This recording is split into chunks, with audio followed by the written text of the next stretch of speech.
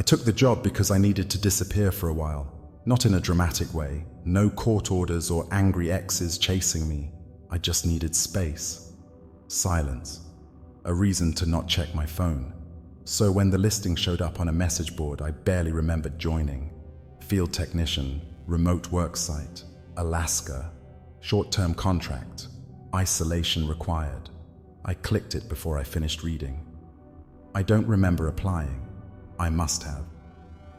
A few days later, I got an unmarked envelope in the mail with flight instructions, coordinates, and a single sentence typed in the middle of a plain sheet of paper. Arrival confirmed. Report to Station 3. There was no company logo, no contact information, just a small plane ticket and a sense of something unfinished. I went anyway.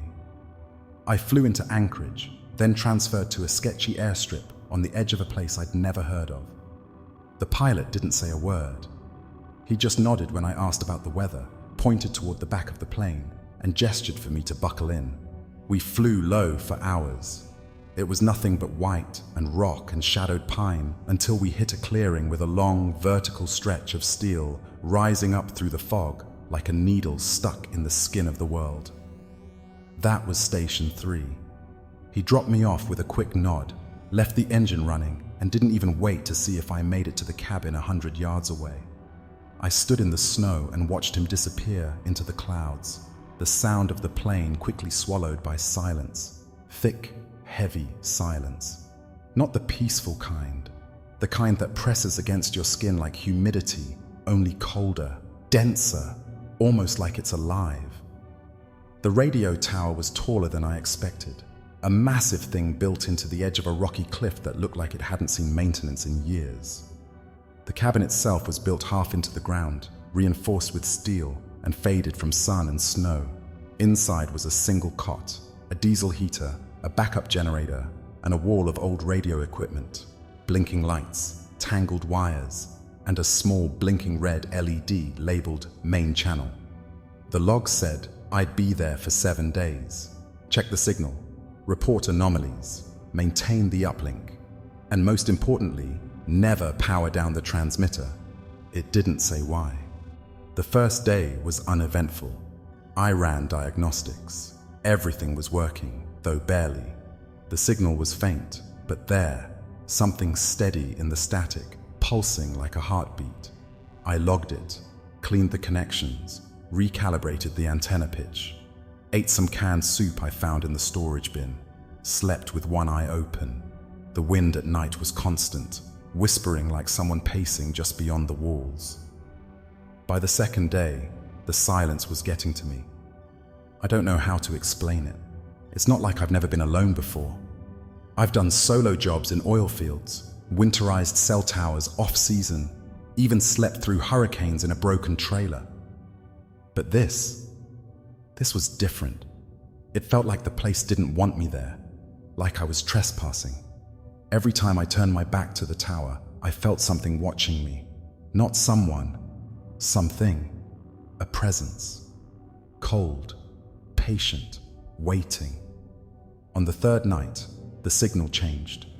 I was logging data like usual, half asleep, when the hum of static gave way to something else. A sound buried deep in the noise. At first, I thought it was wind hitting the dish wrong. Then I thought it might be feedback from my own system. But the more I listened, the clearer it became. There was a voice, a man's voice, far off, barely audible, speaking in a slow, measured tone, repeating something, a number, then a phrase, then a pause.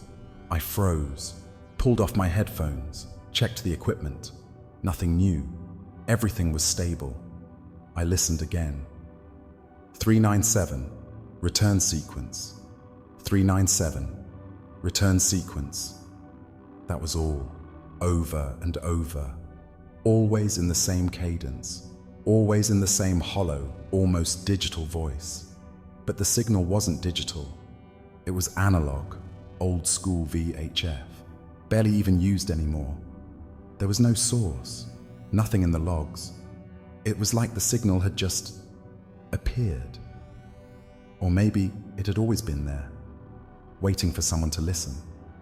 I logged the anomaly, marked the time, saved a sample of the audio, but something in me didn't want to play it back, like doing so would make it real, like it was meant to be heard only once. That night, I didn't sleep.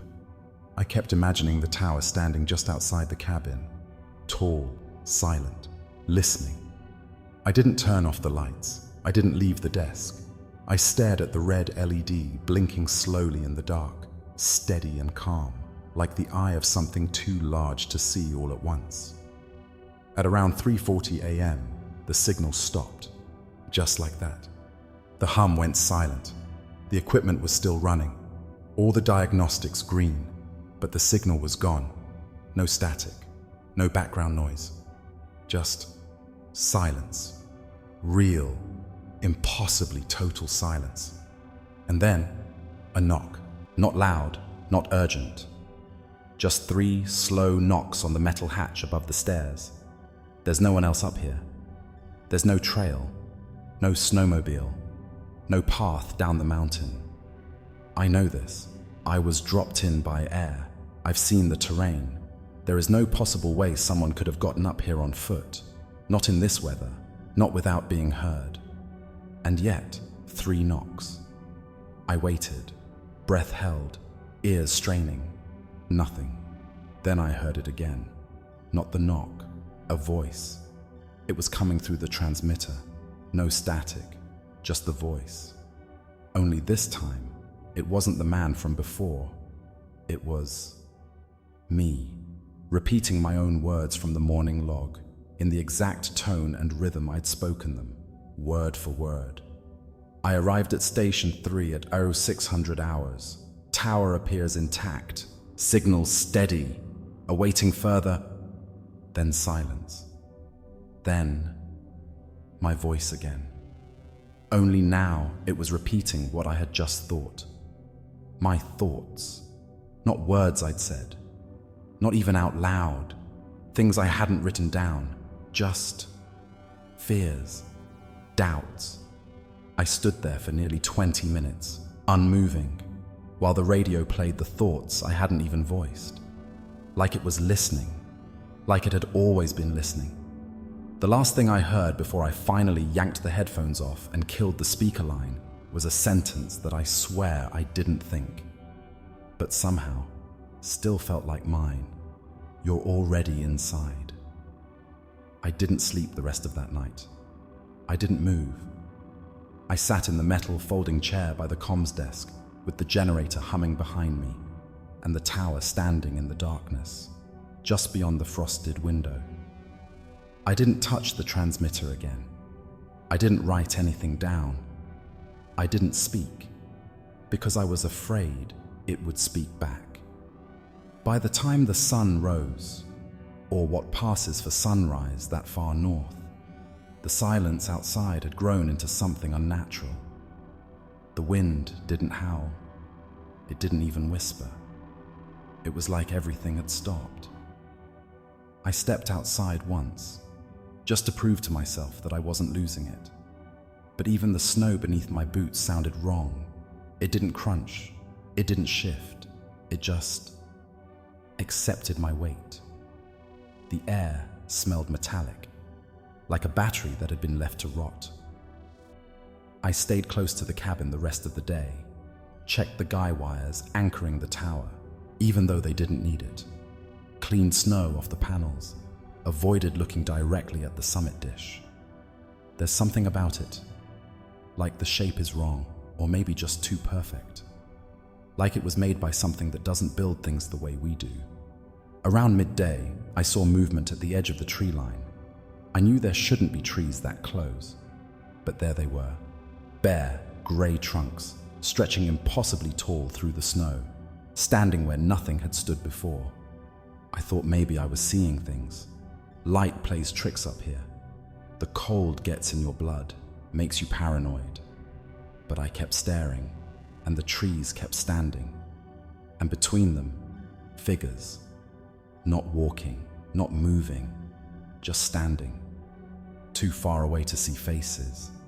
too still to be human. I backed inside, locked the hatch, piled the last of the firewood against it, even though I knew it wouldn't matter.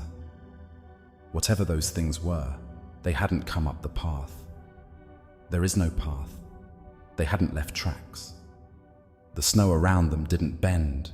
It didn't react. It was like they were simply inserted. By sunset, the trees were gone again. Just white slopes and grey rock, like they'd never been there.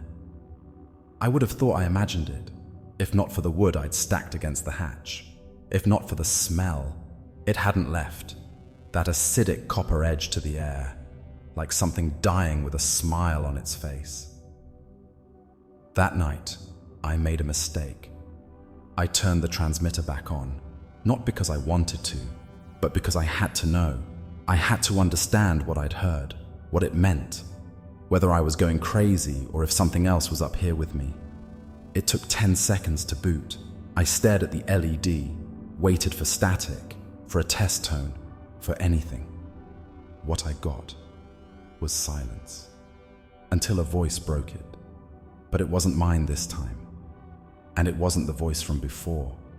It was a child, soft, female, whispering like she was hiding under a blanket. "Can you hear me?" she said. I didn't answer. "Please, I'm cold." My fingers hovered over the disconnect switch. "I want to come inside now," she said. I didn't move. Then her voice changed. It dropped into something lower, older, like an echo buried in something wet and rotting. "I'm already here." The power cut out. The lights, the heater, the generator, everything stopped. The cabin fell into blackness so complete, it felt like being swallowed. I grabbed the backup lantern from the emergency rack and fumbled for the matches. But even when I lit it, the flame didn't seem to push back the dark. I couldn't see the walls, couldn't see the ceiling, only the lantern and the frost curling along the inside of the window like fingers. And then I heard it again, the knock, not from the hatch above. This time it came from under the floor. 3 slow taps, right beneath where I was sitting. I backed away from the desk, lantern shaking in my hand. The cold had teeth now. My breath came out in short clouds, and the light from the flame started to stutter, like it was suffocating. Then, a voice, right behind me. No speaker, no radio, just air and words, so close I could feel it on my neck. "You brought it back." I turned, but there was nothing, just the dark, and the sound of the tower outside, humming again, alive. Only it wasn't broadcasting, it was receiving. The snow outside had started to fall sideways. Not down, sideways, like gravity had given up. I pressed my hand to the window and felt it vibrate. Something was pushing against the glass from the other side. Not hard, just enough to let me know it was there. And then I saw it. A face, or what might have been a face, pressed against the frost, smiling. It didn't blink. It didn't breathe. It just smiled, like it knew something I didn't. I dropped the lantern. The light went out, and the whispering started again. But this time, it wasn't in the room. It was in my head. I don't remember falling asleep. Maybe I didn't. Maybe I just went somewhere else for a while. Somewhere inside myself where the cold couldn't reach. But when I opened my eyes, the lantern was lit again, sitting perfectly upright on the floor as if it had never been dropped. The room was exactly as I'd left it, silent, still, too clean, too arranged. The transmitter was on. Static buzzed from the speaker like a slow, shallow breath. I stared at it for a long time. I didn't want to touch it. I didn't want to hear my name again. But then it said something new. Not a voice this time, a sound, a long, low tone, somewhere between a throat clearing and a mechanical drone, repeating 4 seconds on, 2 seconds off, again and again. It didn't feel like a signal, it felt like a warning. I turned the volume down and moved away. Every nerve in my body told me I should be running. But where would I even go? The closest outpost was over 70 miles away. There was no road, no vehicle, just snow and ice and mountains that didn't care if I lived or disappeared. So I stayed. The snow outside had stopped falling, but the wind hadn't returned. It was dead quiet. Not even the roof groaned anymore. Just that humming from the tower, steady and wrong, like it was vibrating through bone, not metal. By mid-morning, I started seeing the trees again, not from the window, through the mirror. There's a small mirror bolted to the wall by the sink. I caught the glimpse while washing my face. In the reflection, the world outside the cabin had changed. Forest, dense, black trees, too many of them, all swaying in the same direction, even though the wind wasn't blowing.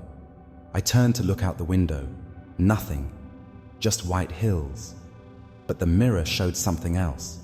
A man standing between the trees, naked, thin, pale skin that didn't look like skin at all, more like something peeled. He wasn't looking at the cabin.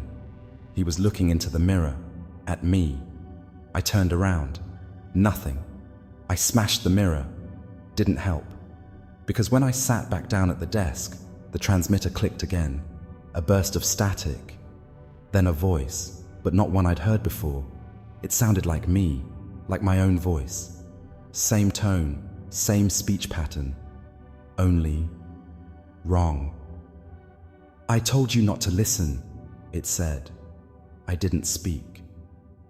I told you what happens when you open the channel. My throat was dry. My mind felt like it was sliding on oil, trying to find traction. You brought them through, it said, and now they're watching. I wanted to unplug the whole damn unit, but my hands wouldn't move. My fingers just hovered there, twitching. They don't come for the signal, it said. They come for the listener. That's when I realized something. The humming wasn't from the tower, it was from the earth. I stepped outside. The snow was gone, not melted, just gone, peeled back in a perfect circle around the tower. The rock beneath it was black, warm, humming like a giant heartbeat, the kind of sound you don't hear, you feel, deep in your stomach, in your teeth, in your spine. There were footprints leading into the forest, bare, human, hundreds of them, and every single one of them was mine. I ran back inside, slammed the hatch, locked it, but it didn't matter, because when I turned around, the room was already different. The desk wasn't mine. The walls were older. There was a smell, like mildew and gasoline, and in the far corner, someone was sitting, hunched forward, hands in their lap, not moving. I blinked. They were gone. But the smell lingered. I heard a laugh behind me, soft, familiar. It was my laugh, but I didn't laugh. The transmitter flared to life. A single word, spoken so clearly I felt it in my bones. Stay. And for the first time since arriving, I started to believe I might never leave, because I wasn't alone anymore. Something had made it through, and it was wearing me like a mask. I didn't sleep that night, not even in fragments. I just sat on the floor, back against the wall, staring at the doorway like it was a mouth that might open again. My flashlight was long dead. The generator was out too, but the radio still worked, or something that looked like a radio. Every so often it would let out a little crackle, like it was clearing its throat, like it was waiting. I kept the volume low. I was too afraid to turn it off. I had the sense that if I broke the connection now, if I stopped listening, it wouldn't make them go away. It would just make them louder. I kept thinking about the footprints, hundreds of them, all mine. leading into the forest. I had a theory, but I didn't want to say it out loud, not even to myself. It was the kind of thought that changes the shape of your mind if you look at it too long. What if I had gone out there? What if I had walked into the woods and something brought me back? Worse. What if I never came back? What if the thing in this cabin right now was just something that remembered how to move like me? I got up, slowly, made myself a cup of instant coffee with melted snow from the backup tank. My hands were shaking, my knees ached. I felt brittle, like old wire. Then the door creaked. Not a full open, just enough to move. The latch was still sealed. I hadn't heard any footsteps, but the air inside changed, got heavier, wet almost. I crept to the door and listened. Nothing. Then, from just beyond the metal, I heard my voice, whispering, "Hey, I'm still out here." I stumbled backwards, knocking over the tin mug. Coffee spilled across the floor in a dark streak. I backed into the corner near the comms console and just stared at the door. My voice came again, clearer. "You left me out there. Please, it's cold." That's when I made the mistake. I answered. "I'm right here," I said. "I didn't go anywhere." But the voice outside didn't acknowledge me.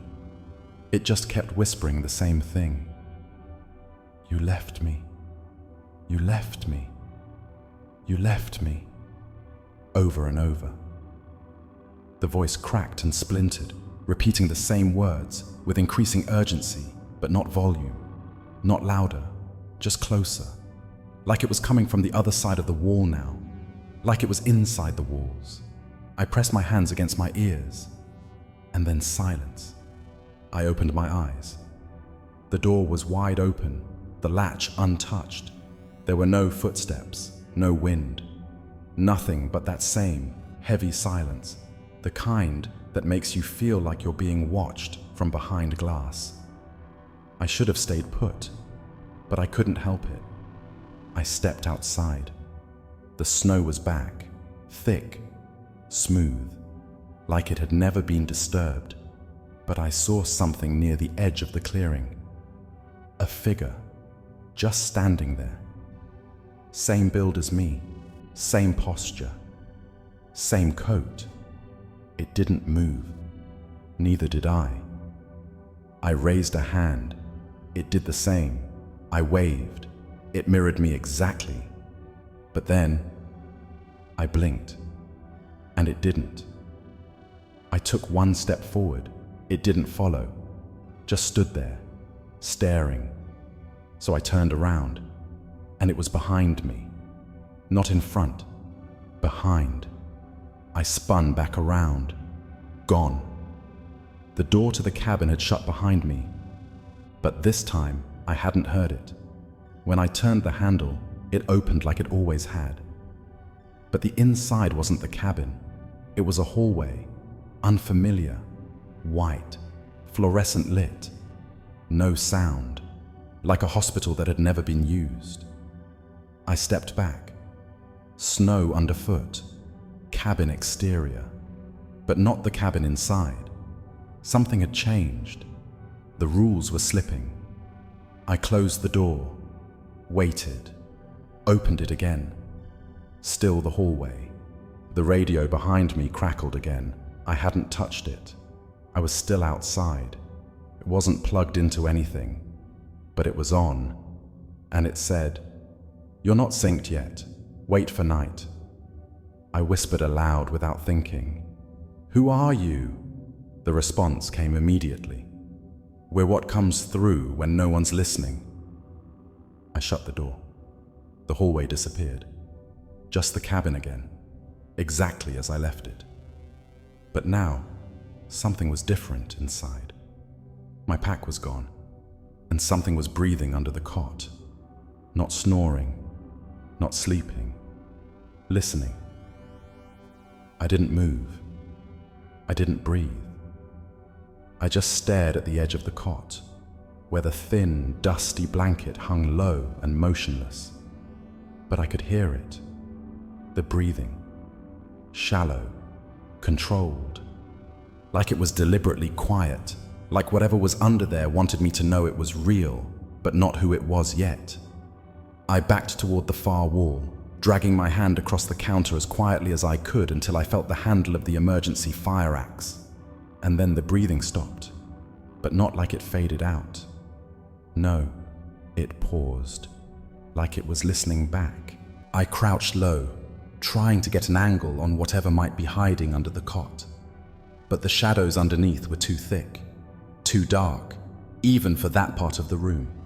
It felt like the blackness under there didn't belong to this world, like it wasn't caused by the absence of light, but by the presence of something else. Then the cot legs scraped an inch across the floor, not enough to reveal anything, just enough to tell me it had moved. My grip on the axe tightened, and that's when the radio spoke again, but not in static, in my voice. It said, "He's going to swing. It won't help." I dropped the axe, not out of fear, but because in that moment I wasn't sure it was mine. I backed toward the wall, one hand against the concrete for balance. I could feel the frostbite from the cold night pressing through the cracks in the walls now. My bones ached like they remembered winters I hadn't lived. Then the radio repeated itself, still in my voice, only this time it added, "Don't you remember what you did?" That broke something in me, because part of me did remember, or maybe not remember, but feel, like a scar in the mind, like something I was never meant to retrieve. The tower. I had climbed it that first night. I had gone up to fix the dish, and I remember reaching the top platform. But after that, nothing, just cold. Then waking up inside the cabin. What if I never came down? What if I never left the tower? I turned to look at the window. The radio tower was still visible in the distance, but it looked different now. Warped. Bent. Like a metal skeleton trying to crawl away from the sky. The blinking red light at the top had stopped flashing, and then I saw movement. At the very top platform. A figure, standing exactly where I had stood, and it was watching me, not in the way a person watches, but like a mirror does. It raised its hand. I raised mine. It turned its head sideways. I didn't. And it smiled, but I wasn't smiling. I turned away from the window and ran to the cot. Yanked the blanket up. Empty. The breathing was gone. The radio crackled again. This time a voice I didn't recognize. A woman's voice. Soft, tired, and ancient. "You shouldn't have listened." The signal warped, shifted. Now it was children's laughter, then a chorus of sobbing, then my voice again. "You're out of time." I grabbed the axe and stepped outside. The sky was the wrong color. Not just the dark of early morning, but a wrong dark. Like a bruise. Like something deep underground had opened up and swallowed the stars. The snow was gone. Just dirt and ice and bones of animals I couldn't name. And then I heard the signal, not from the radio, from the tower itself. Low, subsonic, like the hum of the earth mourning something long buried. I walked toward it. Each step felt heavier than the last, like the gravity here was growing stronger. The closer I got, the more my ears rang. Not with pain, with memories that weren't mine, conversations I'd never had, faces I'd never seen, deaths I hadn't lived through, and all of it pouring into me like the tower was broadcasting not information, but identity. I stepped onto the ladder and climbed. My boots echoed on the metal rungs like drumbeats for a funeral I hadn't agreed to attend. The cold intensified, but my hands didn't shake. I reached the top, and there, waiting for me, was me, or something shaped like me. It didn't speak, it didn't move. It just watched as I climbed up beside it and stood shoulder to shoulder on the platform. And then I realized it was breathing, in sync with mine. Perfect sync. I turned to look at it, and it turned with me. We were reflections now. Then it reached forward, then touched the satellite dish, and suddenly, I was everywhere. The mountains, the woods, the cabin. I was standing in all of them at once. I was the shadow in the mirror, the voice on the radio, the figure outside the cabin. I saw the others too, the ones who came before, faces stretched and twisted by repetition, identities warped by exposure. The tower didn't just send signals, it sent selves, fractured, spread thin, broadcast, until nothing was left but echoes. And the last thing I heard, before my vision split like a broken lens, was a whisper, low and close and far too human. Now someone else will come to repair the signal.